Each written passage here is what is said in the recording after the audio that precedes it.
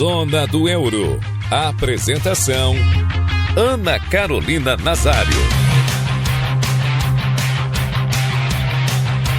Muito boa tarde, está no ar o episódio 158 do Zona do Euro. Eu sou Ana Carolina Nazário e nós vamos juntos durante o programa deste sábado, dia 1º de novembro, início de mês de 2025.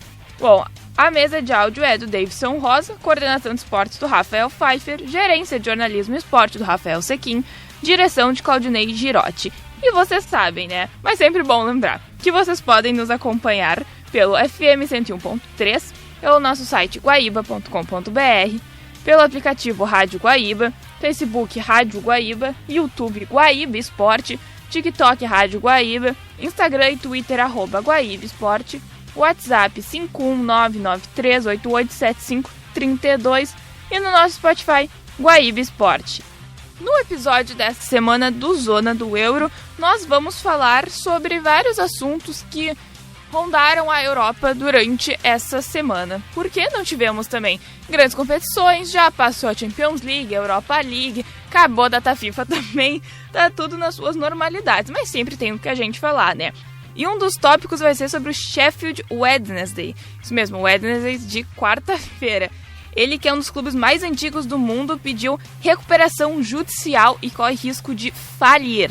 Isso mesmo, vamos explicar sobre essa situação, como que está agora, né, os desdobramentos dela após esse pedido. E também teve rolo jurídico, não foi só na Inglaterra, na Turquia também, porque foi revelado um suposto escândalo de apostas com centenas de árbitros da Liga Turca. E isso aí tá só no início, porque os desdobramentos também vão ser bem longos, interessantes e até ruins pro futebol mundial, né? Porque ali tem muito esquema com aposta, roubo, suborno, enfim. Sempre um combate que a gente tenta, que enfim, as confederações tentam ter, mas não é fácil conseguir conter tudo isso. Também vamos falar da repercussão do El Clássico, que aconteceu no último final de semana. Teve rolo com o Vini Júnior e o Yamal quase apanhou nessa partida, foi por pouco. Além disso, nós vamos conversar com o repórter e correspondente internacional da TNT Esportes, Fred Caldeira. Ele vai nos contar um pouco como estão as coisas lá pela Premier League. Vamos falar da Inglaterra, dos times ingleses, falar sobre o possível declínio do Liverpool, sobre essa crise infinita do Manchester United, a ascensão de Newcastle, do Estevão também, que está sendo cotado como um grande jogador agora, é a sensação na Inglaterra, a mídia inglesa está tratando ele. E também, por fim, vamos botar os destaques da rodada, que nem a gente vem fazendo no final do programa, para você poder acompanhar nesse próximo final de semana. E o Zona do Euro, episódio 158, está no ar.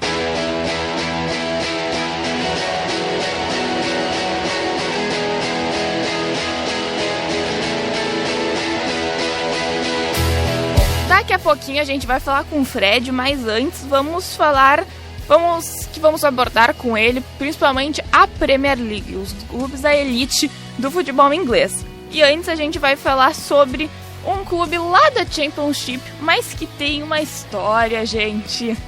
O Sheffield Wednesday, que ele é o segundo time mais antigo da Inglaterra, fundado em 1867.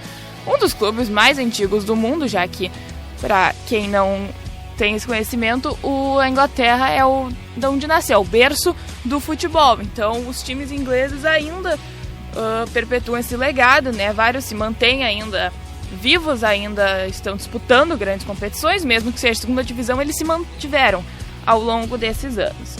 Porém, agora eles estão vivendo o auge da crise financeira e a gente vai explicar um pouquinho disso. Mas antes, vamos contar um pouquinho dessa história desse time inglês.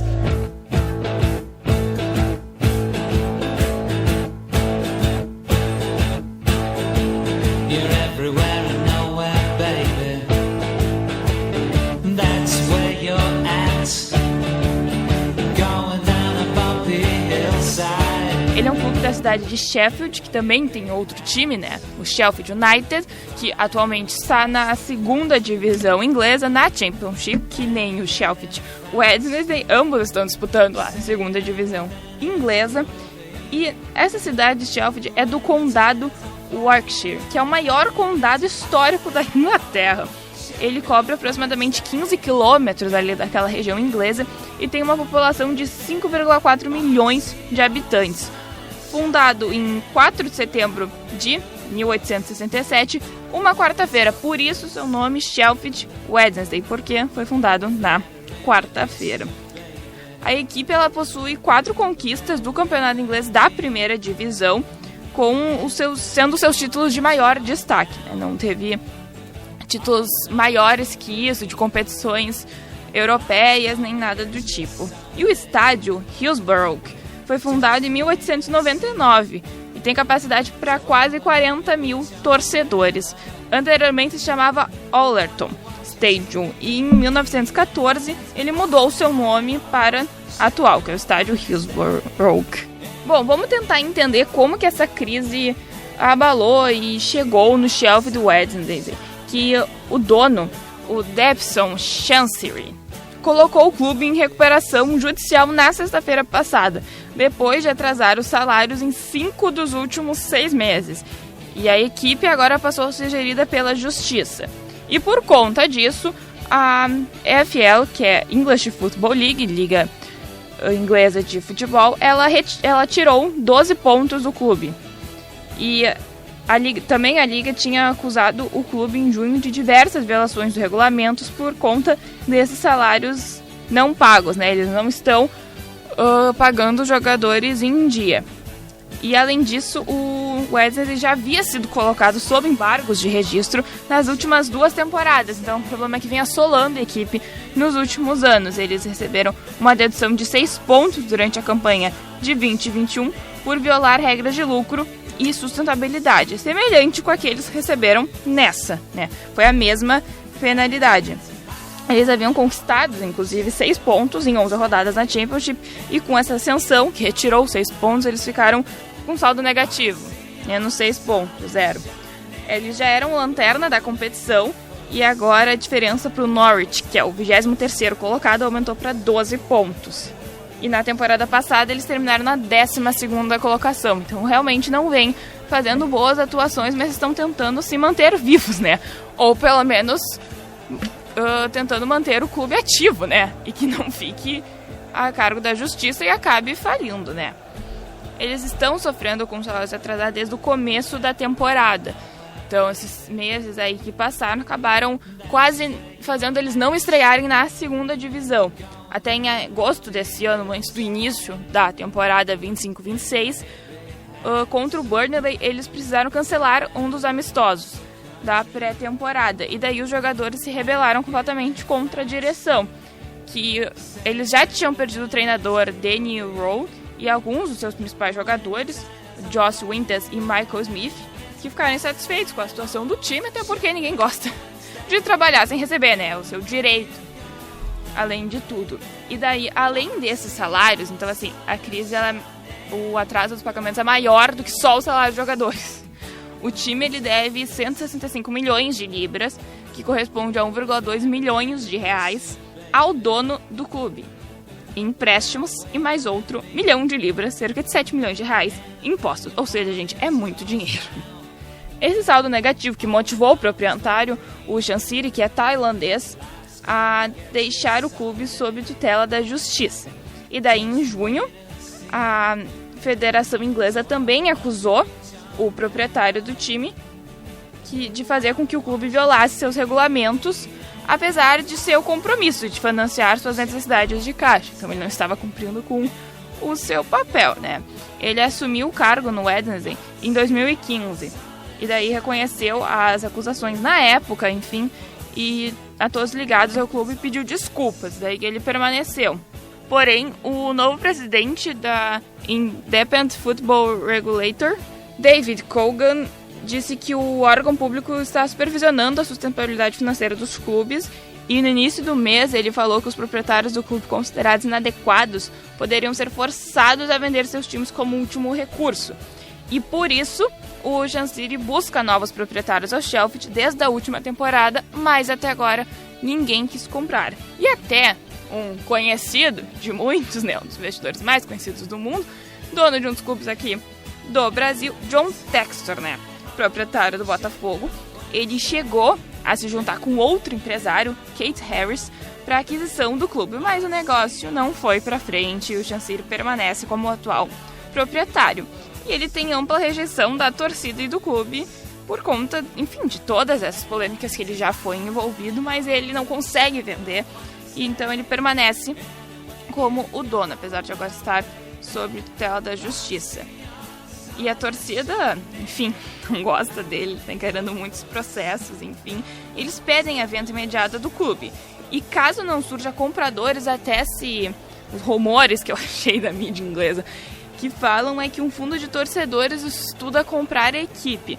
Mas essa é uma possibilidade pouco provável de acontecer, porque só se eles tiverem algum investidor astronômico, assim, de uma empresa muito grande, multinacional, big techs, enfim, porque é muito caro tu comprar um clube, mesmo que seja um clube que está à beira da falência. Na Inglaterra estão falando de libra, além de tudo, ou seja, tudo fica mais caro.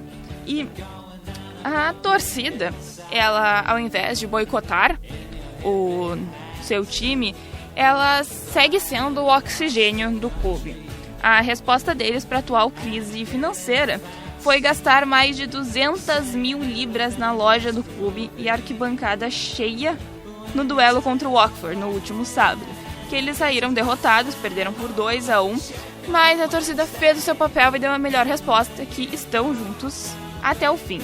Não importa o resultado, muito menos diretoria, é um momento de crise e o eco das arquibancadas do estádio de Hillsborough, que duram mais de 158 anos, permanecem. E eles seguem tentando sustentar esse legado, porque é o que move eles, né, gente? O clube tá passando por essa grande crise, não conquista títulos, então a torcida às vezes acaba se desligando, não vai mais às partidas e tal, porque enfim, né, ninguém gosta de ficar indo ao estádio e vendo o seu time perder, né? Não é algo muito agradável, né? Não é motivador, assim, acho que a gente tá pra falar. Mas várias equipes pequenas da Inglaterra, até as de segunda ou terceira divisão, como são de cidades pequenas lá da Inglaterra, eles acompanham muito, eles são muito ligados nos seus clubes. Então, não me surpreende, assim, essa resposta da torcida, porque é algo comum que a gente vê lá e que eu acho muito legal, porque é muito legal a gente estudar, assim, eu já estudei um pouco a história de vários clubes. Bom, tem o Sunderland e também o Liverpool vem de uma vila operária, assim, o Liverpool é uma cidade operária, e os enfim, se juntaram e fundaram um clube, assim. Então, são clubes que hoje, no caso do Liverpool, é um dos poucos, assim, que obteve um sucesso mundial, assim, despontou. Hoje está na elite do futebol, já está há muitos anos na elite do futebol mundial e também futebol europeu, já que a gente está falando aqui, né, de Premier League, enfim, competições Champions, Europa League. Mas é legal saber que esse legado continua e vamos ver os próximos capítulos dessa história do Sheffield e tomara que eles não fechem as portas, né? Sempre legal a gente falar sobre, a gente ver esses times na Inglaterra. Esse é o episódio 158 do Zona do Euro.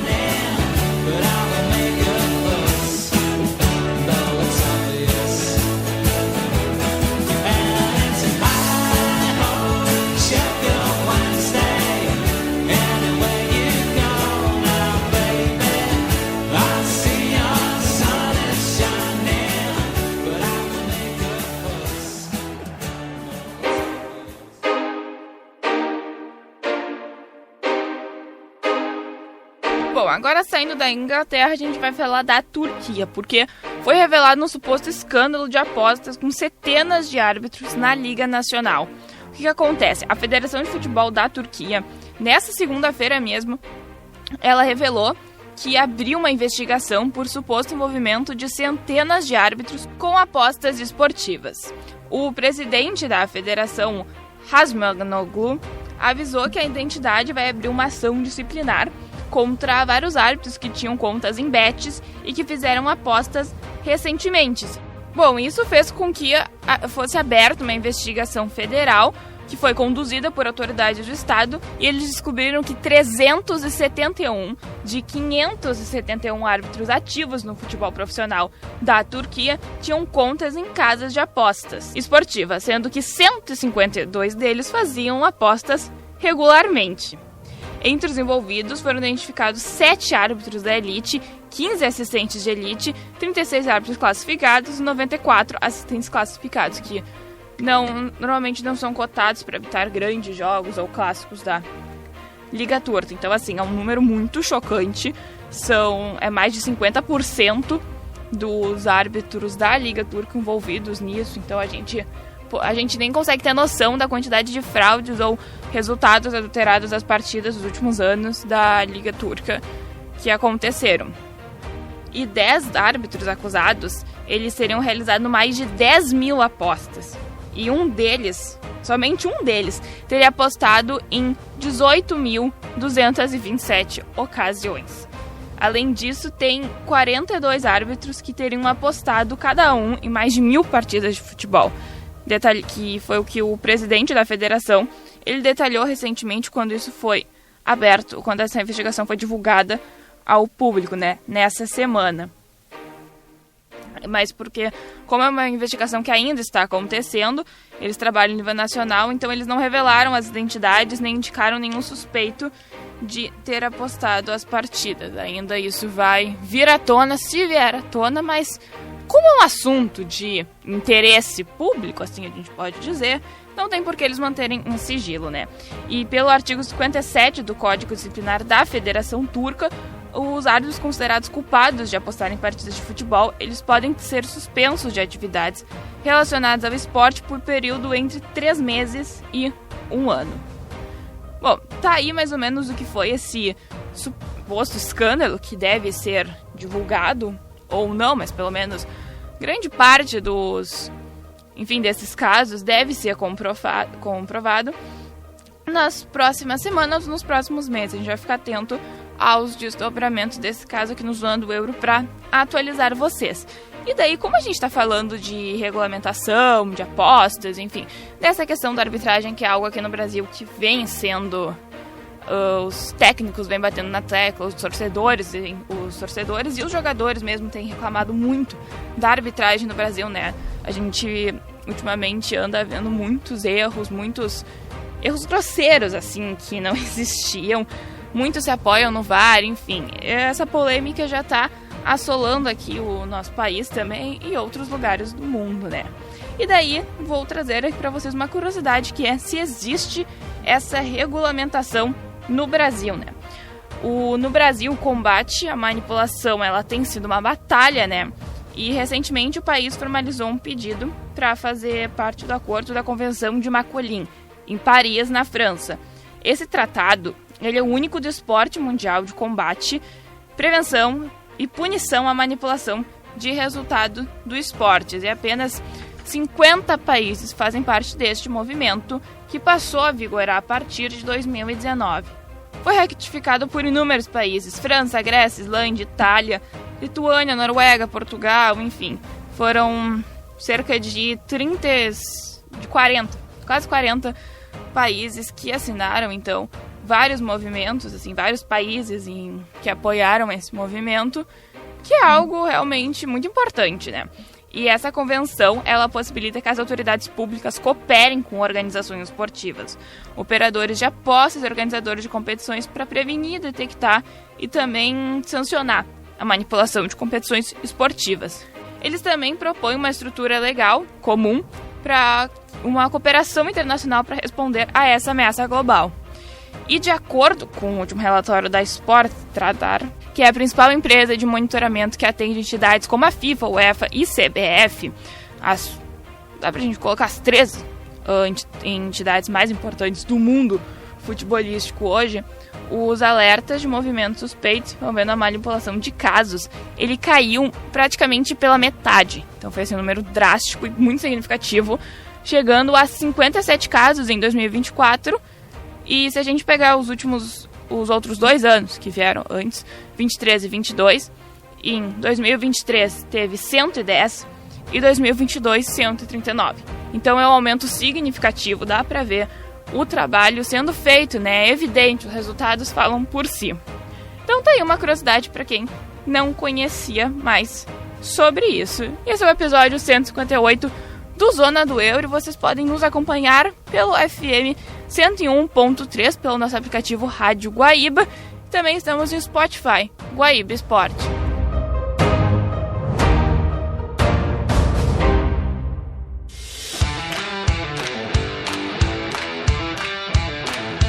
Bom, nosso contato agora é com o repórter Fred Caldeira, da TNT Esportes, ele que é repórter e apresentador da emissora desde 2011 e desde 2016 correspondente internacional, atualmente mora em Manchester, na Inglaterra. Tudo bem, Fred? Um prazer te receber, falar contigo aqui no Zona do Euro. Oi, Ana. Muito prazer falar com você também. Muito obrigado pelo convite. Um abraço para todos os ouvintes e peço desculpas se houver algum ruído, mas é um ruído da cidade de Manchester. Então, pelo menos é um ruído que tem um sonzinho de Premier League também pro nosso papo aqui. Claro. Bom, acho que como tu disse, né, que tu mora em Manchester, acho que a gente pode começar falando, assim, queria ouvir de ti, como que tá o clima aí em Manchester dessa rivalidade Manchester City-Manchester United? Porque o Manchester United vem vivendo uma crise sem fim, né, há muitos anos, tá aí lutando para tentar conquistar um título maior, tentar obter resultados melhores, tá naqueles dilemas dos seus donos também, enfim, conta um pouco pra gente como que tá esse clima aí. Assim, nesse momento em que a gente está conversando, é um começo de temporada em que o Manchester United ele tem um momento de reação, enquanto o Manchester City ainda não voltou ao altíssimo nível que apresentou em grande parte dessa era Pep Guardiola, né? Então, existe uma proximidade entre os dois lados da cidade que não havia há muito tempo, mas evidentemente que para o torcedor do Manchester United um pouco mais velho, ainda é uma posição um pouco embaraçosa, né? Porque se você olha para a história recente desse século da rivalidade, é um Manchester United do Alex Ferguson ganhando tudo, enquanto o Manchester City era apenas um rivalzinho local. Era como se fosse, sei lá, o Espanhol para o Barcelona e não o Real Madrid. Só que de uma hora para outra, por conta da ingestão de dinheiro exterior, o Manchester City, com uma excelente gestão também de futebol, conseguiu se transformar de espanhol para Real Madrid, né? E aí conquista, inclusive, recentemente uma tríplice coroa e tudo mais. Então, nesse momento, é o torcedor do Manchester United que tenta resgatar o protagonismo na cidade, enquanto na última década esse protagonismo, de maneira muito rara, foi muito mais azul do que vermelho. Mas nesse momento existe uma certa proximidade, apesar de que na última vez que eles se encontraram recentemente foi 3-0 para o Manchester City, né? Sim, o City ainda mantém esse favoritismo, pelo menos nos confrontos, né? E, assim, o Manchester United ele fez 2 vendas, assim, que no meu ponto foram bem significativas para o clube, porque, na minha visão, eram 2 jogadores que faziam bastante diferença no time, assim, acho que de várias tentativas que o Manchester tentou de montar um time, assim, para deslanchar, conseguir, assim, uma melhora, que foi o Garnacho e o Rashford, né? E os 2 foram vendidos nessa temporada, o Garnacho para o Chelsea, o Rashford para o Barcelona. Como que a torcida, assim, e a mídia também, ela tá vendo, viu, na verdade, né, essas vendas, porque o Rashford é um dos jogadores que veio da base do Manchester United, né? Pois o Rashford ainda não é uma venda definitiva, porque ele foi por empréstimo, mas é possível que ele seja comprado pelo Barcelona, até porque ele tá indo bem, né, com a camisa do Barcelona, enquanto o Garnacho, de fato, foi vendido para o Chelsea. São 2 jogadores da base do Manchester United, do próprio Garnacho, apesar de argentino, nascido em Madrid, ele é um cara que sai da base do United. E para o torcedor do Manchester United é uma decepção muito grande que esses 2, especialmente o Rashford, não consigam entregar para o clube que formou esses 2 jogadores para o futebol profissional o melhor das próprias carreiras, né? O Rashford chegou a ter, até por ser mais velho, um certo protagonismo e um certo brilho por algum tempo, mas já estava muito claro que a relação dele com o Ruben Amorim, especialmente, já estava fissurada, fraturada, desde que ele foi emprestado para o Aston Villa na metade da temporada passada, não tinha como ele ficar, enquanto o Garnacho é um jogador que também não conseguiu se adaptar à exigência do treinador português. Então são 2 vendas que um empréstimo e uma venda, duas saídas que o torcedor do Manchester United já meio que entendia como não tinha mais o que fazer. Era melhor, de fato, ter dois jogadores insatisfeitos longe do clube do que dentro do clube. Sim, e eu acho que também o Rashford, ele vem, né, ele desponta, assim, como aquele jovem da base que vai salvar o time, né, porque quando ele chega, o United já tá vivendo aquela má fase, e ele vem, daí eu sinto que ele tentou por muito tempo, mas que nem tu falou, né, a relação dele com a Amorim, acho que outros técnicos também, eu sinto que ele não foi tão valorizado, assim, por uma época, e daí acho que a desistência veio por parte dele também, assim, uma frustração, talvez. Sim, ele acaba pegando uma fase do United muito ruim de treinadores em geral, né? Ele até diz que o melhor treinador que ele teve foi o Solskjaer, mas que não chega a ser um treinador que você coloque como os principais da geração, longe disso, né? Então, me parece ser muito mais uma relação pessoal ali do que um cara que de fato conseguiu fazer com que o Rashford evoluísse enquanto jogador. Então, ele teve um pouco esse azar, assim. Imagina o Rashford na mão do Klopp ou na mão do Guardiola, como ele agora está na mão do Hansi Flick, né? Então, eu acho que no United ele não teve essa felicidade. Sim, eu sou suspeita para falar do Klopp, porque acho que é o meu técnico favorito do século. Eu consigo entender perfeitamente por quê. Não, ele é absurdo, assim, eu acompanho muito, diretamente, assim, o Liverpool lá na Inglaterra, assim, é o time que eu torço lá, sempre gostei bastante, e justamente, né, já falando de Liverpool, ele que depois da era Klopp, ali, quando o Arne Slot assumiu na temporada passada, eles ainda conseguiram manter o trabalho, mas agora estão, talvez, entrando num declínio, assim, que tu consegue perceber, talvez, só uma má fase?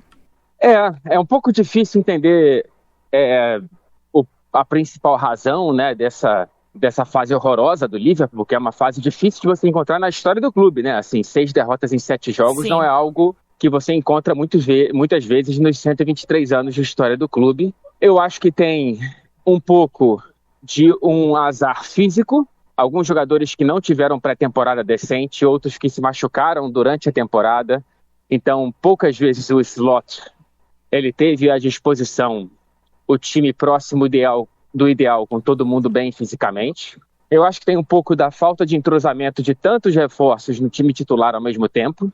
E também tem as fragilidades do próprio Slot, né? Assim, ele ainda não conseguiu encontrar soluções para problemas muito óbvios e evidentes desse Liverpool, como, por exemplo, as bolas longas, né? Muita gente está conseguindo explorar o Liverpool, que tenta fazer o que fazia desde a época do Klopp, que é pressionar lá na frente, só que em vez dos caras tentarem sair pelo chão, estão dando chutão ou lançamento, chame como queira, e aí quando a bola tem o rebote, fica 4 contra 4, 5 contra 4, e o Liverpool está sendo muito vazado, né? São 4 derrotas com muitos gols sofridos em 4 rodadas na Premier League, coisa que é o mesmo número da temporada passada inteira, né? Então, assim, é uma fase realmente muito, muito aguda, e vamos ver, porque a tabela não é fácil, né? Aston Villa, Real Madrid e Manchester City até a data FIFA.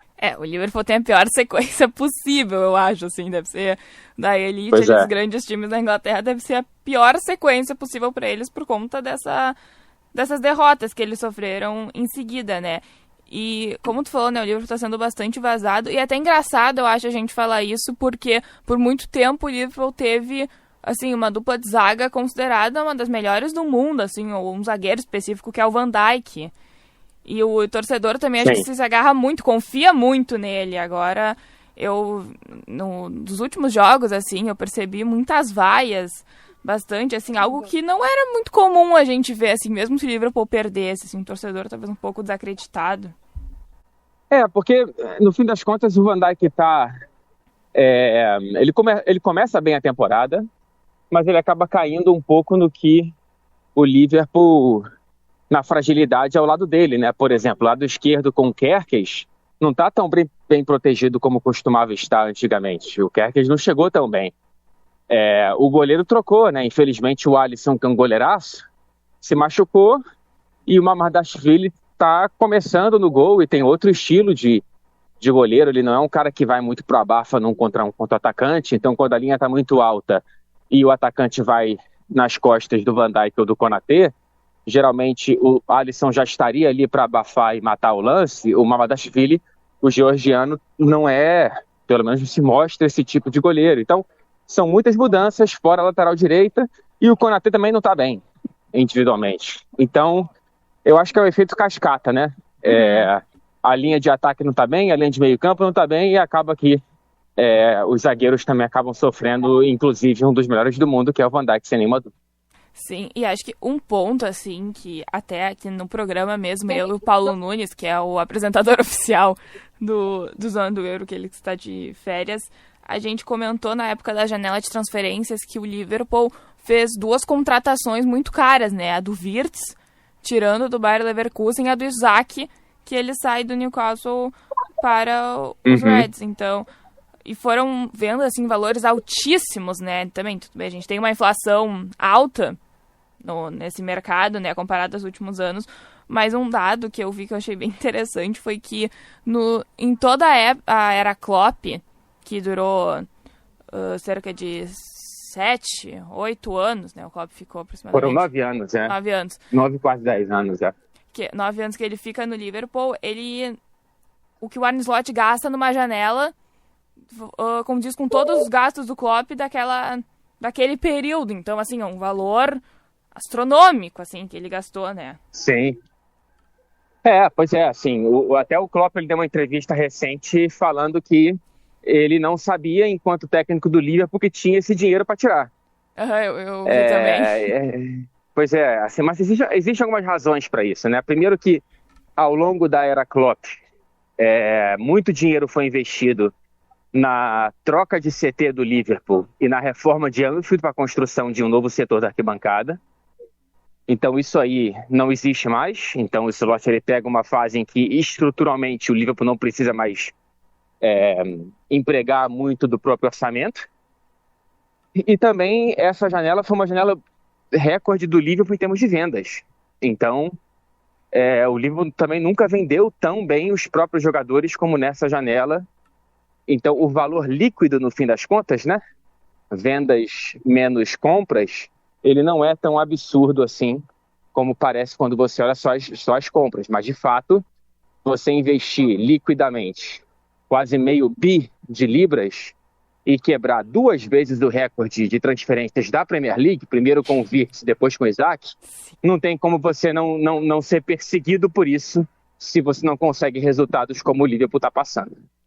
Totalmente. Agora acho que a torcida também acaba ficando em cima, né? Tipo, tu gastou, olha tudo que foi gasto nessa última janela. E agora 2 centroavantes que não estão jogando assim o que era esperado. Porque daí, pelo valor deles, é colocado que eles fossem resolver, que o Liverpool fosse, né, despontar. E não é o que está acontecendo. Pois é. Existe uma cobrança, mas é uma cobrança também um pouco temperada com a sensação de que esses jogadores talvez não sejam tão responsabilizados assim, porque os que já estavam aqui não estão tão bem, né? Assim, o Salah não está bem, o McAllister não está bem, o Gakpo mais ou menos, a ausência do Luis Dias está sendo muito sentida, a do Arnold também. Então, fica um pouco diluída essa responsabilidade e, por consequência, essa cobrança de quem talvez seja o maior culpado dessa má fase do Liverpool. Sim, além de uma falta que, enfim, não esteve nas nossas mãos de Arne Slot, de Liverpool, que é o Diogo Jota. Claro. A gente não tem noção do tamanho da ferida que isso representa, né? Não é algo que a gente possa perguntar, não é algo que os jogadores possam mensurar, então fica a cargo mais ou menos da sensibilidade de cada um de nós para entender o tamanho que isso pode ter, né? Não é algo que você possa quantificar estatisticamente ou por sensações. De fato, é algo que é um barulho muito silencioso. Sim, até te pergunto agora, como tu mora na Inglaterra, né? Quando aconteceu o anúncio da morte, enfim, todas as homenagens lá em Liverpool, assim, esse pós, os jogadores, a maioria não falou muito sobre com a imprensa, né? Eles não concederam entrevistas. Não, assim, não. Pelo que eu vi daqui, né? Daqui do Brasil, mas aí eu não Não sei como foi. Não teve muito acesso e é uma recomendação, uma instrução do próprio Liverpool para a gente não perguntar muito sobre isso. Uhum. E eu também, sendo muito sincero com você, assim, como é que você se sentiria numa entrevista perguntar sobre isso? Assim, por que eu vou perguntar? Como que eu vou encaixar essa pergunta? Qual é o contexto dela? Por que eu vou fazer esse jogador que provavelmente não era só companheiro, mas era amigo do Diogo Jota, reviver esse luto? Não existe cartilha de jornalismo para você viver isso, sabe? E a não ser que o próprio jogador ou o próprio treinador traga esse assunto, pelo menos na minha conduta, tá? Eu não vou ser o responsável por trazer esse assunto na entrevista. Lógico, acho que tu tá totalmente certo, porque foi uma tragédia que aconteceu, Claro. né? Não só ele, o irmão dele também faleceu no acidente. Claro. Te pergunto, assim, por se talvez algum deles tivesse comentado. Sim. Após, Não, assim, não teve. Nesse sentido, assim, dessa repercussão, que eu imaginei que não fosse, mas... Enfim, né, às vezes o Slot poderia ter falado sobre, mas que acho que é um problema também que assolou o Liverpool, porque acho que entra muito nessa parte mental, assim, o Salah, ele demonstrou ficar... Ó, todos os jogadores, né, ficaram bastante abalados com isso, mas não sei também até que ponto isso não influenciou nos jogadores que já permaneceram nessa temporada, a temporada passada, porque é algo muito... é um trauma, né? Que eles sofreram, assim, Claro. O companheiro que estava com eles todos os dias, às vezes eles normalmente veem assim, os integrantes da equipe mais com a própria família. Então, não sei também até que ponto isso não interferiu, talvez, num psicológico da equipe sem nenhuma dúvida interfere. Temporada.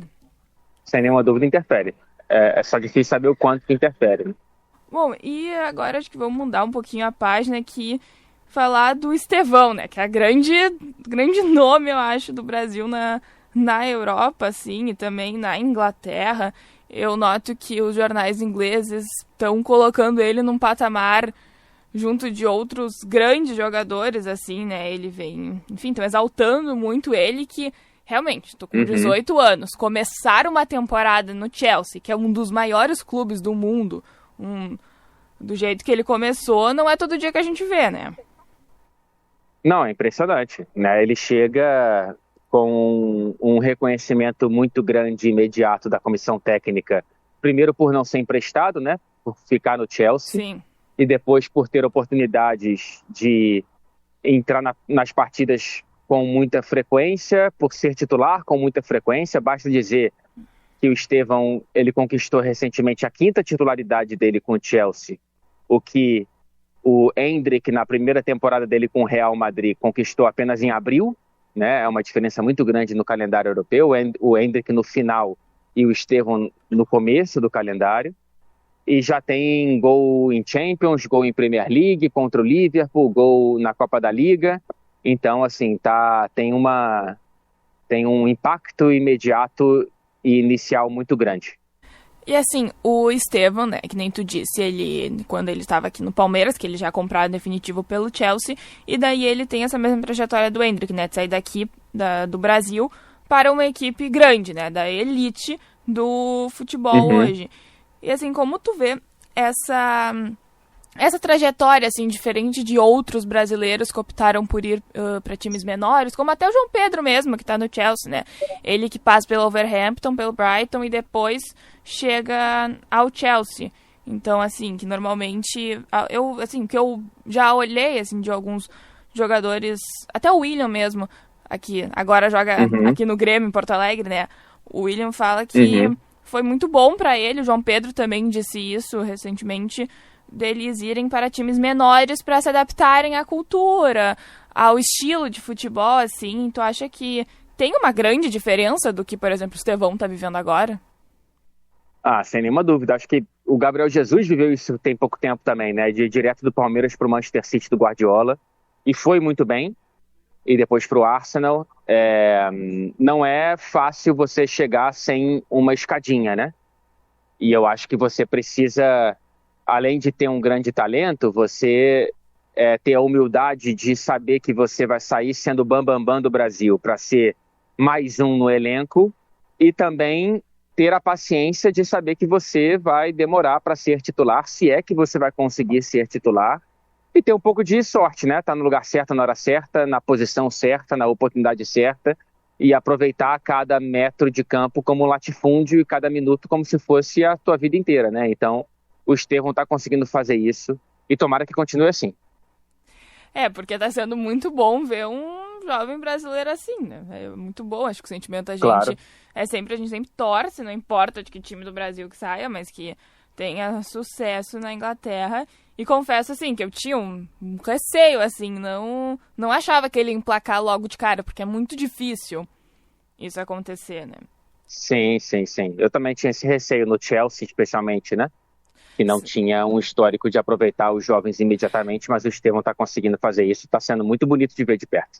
Pois é, e acho que até que tu falou, né, que ele também vem num momento muito bom pro Chelsea, onde eu vejo que os Blues conseguiram estruturar uma equipe depois de várias tentativas falhas nas últimas temporadas, de muitas contratações. Agora a gente vê um Chelsea mais estruturado, que vence o PSG na final do Mundial de Clubes e vem num embalo bom, assim, pra essa temporada.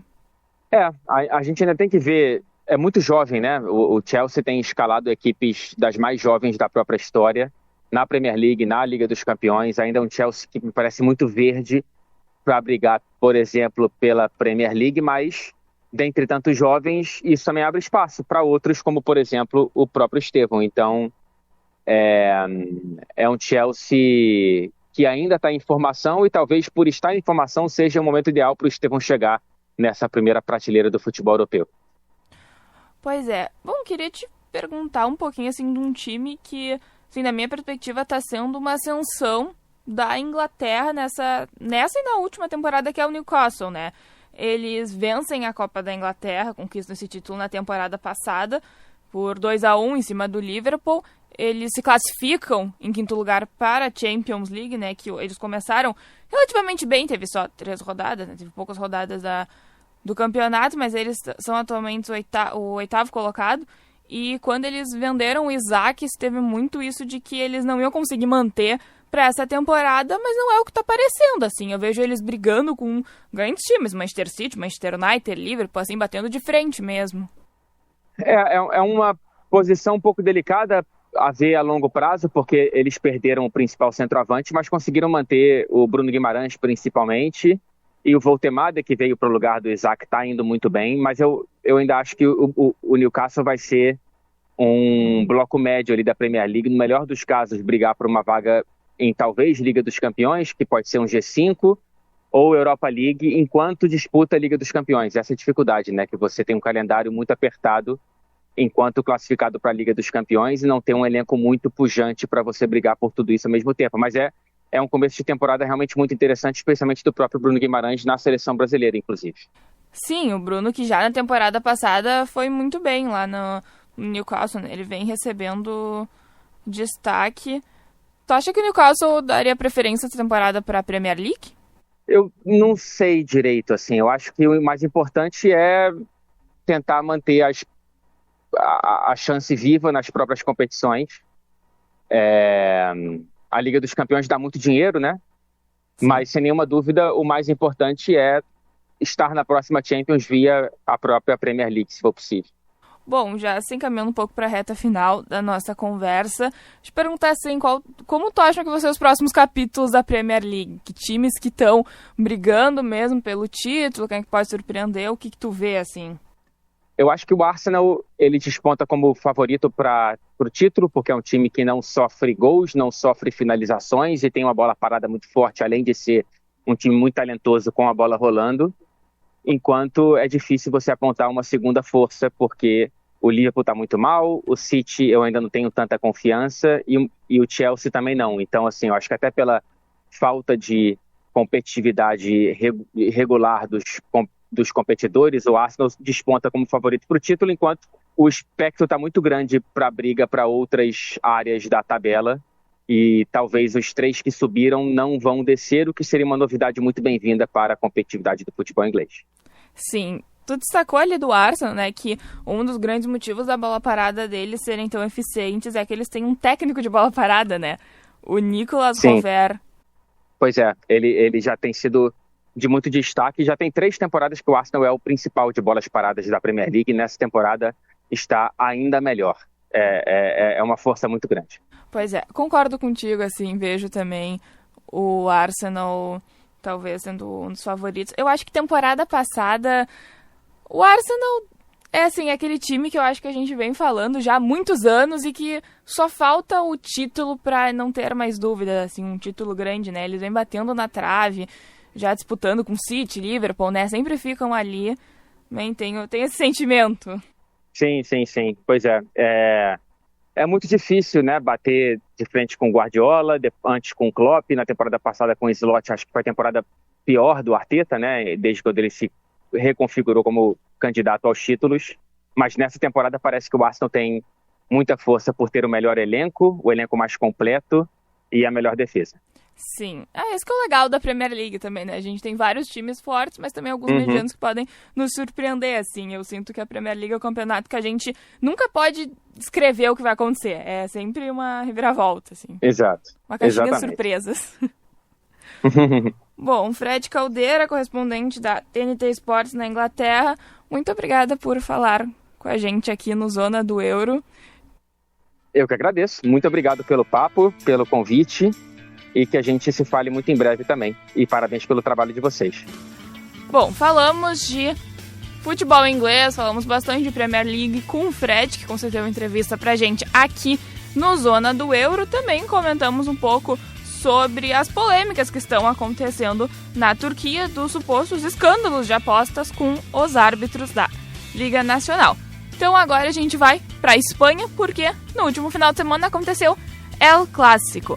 O Real Madrid e o Barcelona se enfrentaram, um dos duelos mais históricos do mundo, de maior audiência, de tudo, né? Um dos maiores confrontos que temos hoje e segue carregando esse legado.